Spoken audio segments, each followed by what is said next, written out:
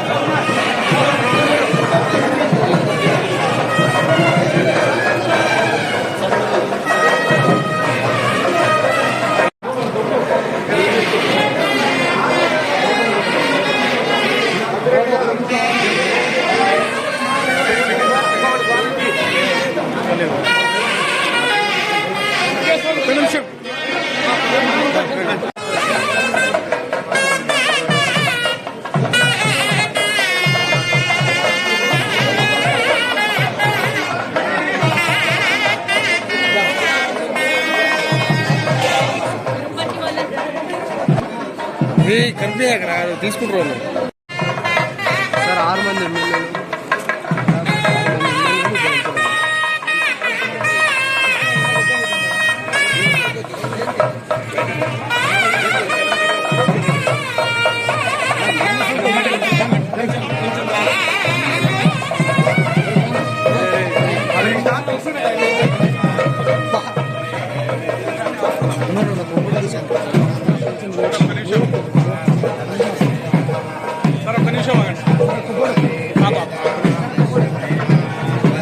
कैसा है कि नहीं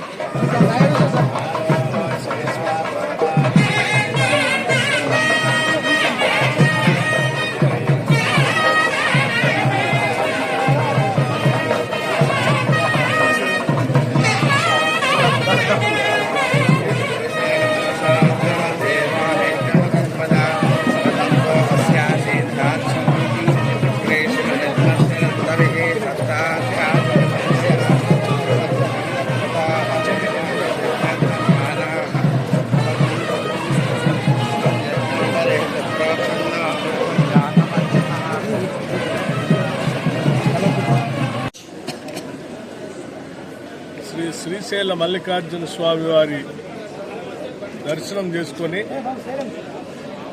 వారితో పాటు అమ్మవారి దర్శనం కూడా చేసుకొని వారి ఆశీస్సులు కావాలని మెండుగా ప్రార్థించడం జరిగింది. నాతో పాటు గౌరవ మంత్రివర్యులు జూపల్లి కృష్ణారావు గారు, అట్లాగే శాసనసభ్యులు డాక్టర్ వంశీకృష్ణ గారు, అట్లాగే శాసనసభ్యులు డాక్టర్ రాజేష్ గారు, అట్లాగే శాసనసభ్యులు మెగారెడ్డి గారు, అట్లాగే శాసనసభ్యులు కసిరెడ్డి నారాయణ రెడ్డి గారు,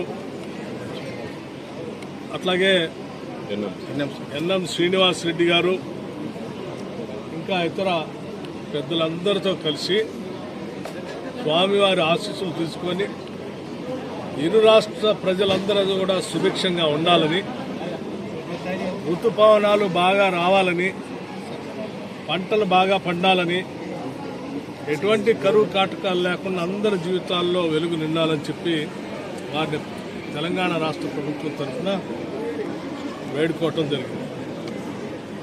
తప్పనిసరిగా రెండు రాష్ట్రాలు కూడా తెలుగు వాళ్ళు ప్రపంచంలో ఎక్కడున్నా కానీ ఈ ప్రాంత ప్రజల అభివృద్ధి కోసం అందరూ పనిచేసేటట్టుగా బాగా ముందుకు వెళ్ళటం కోసం కావాల్సిన ఆశీస్సులు మెండుగా ఇవ్వవలసిందిగా వారిని కోరటం వచ్చింది.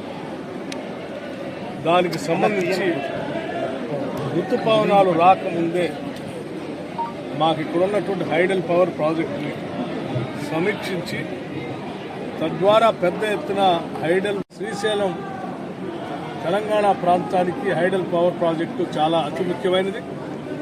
ఆనాటి మహానుభావులు పెద్దలు కాంగ్రెస్ నాయకత్వం ఇటువంటి గొప్ప ప్రాజెక్టులు కట్టి మల్టీపర్పస్ డ్యామ్ను కట్టి మా అందరికీ విద్యుత్ వెలుగులు నింపటం కాకుండా అనేక ఇతర ప్రాజెక్టులు కూడా నీళ్లు అందించేటువంటి కార్యక్రమం కోసం ఉపయోగపడే విధంగా కట్టిన ఆ పెద్దలందరికీ కూడా ధన్యవాదాలు స్మరించుకుంటున్నాం. హైడల్ పవర్ ప్రాజెక్టుకు సంబంధించి పూర్తి స్థాయిలో ఉత్పత్తి జరగటం కోసం తీసుకోవాల్సిన చర్యలన్నీ తీసుకుంటాం. తెలంగాణ రాష్ట్రంలో ఎటువంటి విద్యుత్ కొరత లేకుండా కావాల్సిన చర్యలు ఇప్పటికే చేపట్టాం. భవిష్యత్తులో కూడా ఇబ్బంది లేకుండా 2029-30 వరకు కూడా కావాల్సినటువంటి విద్యుత్ శక్తికి సంబంధించిన చర్యలను తీసుకుంటాం. నమస్కారం.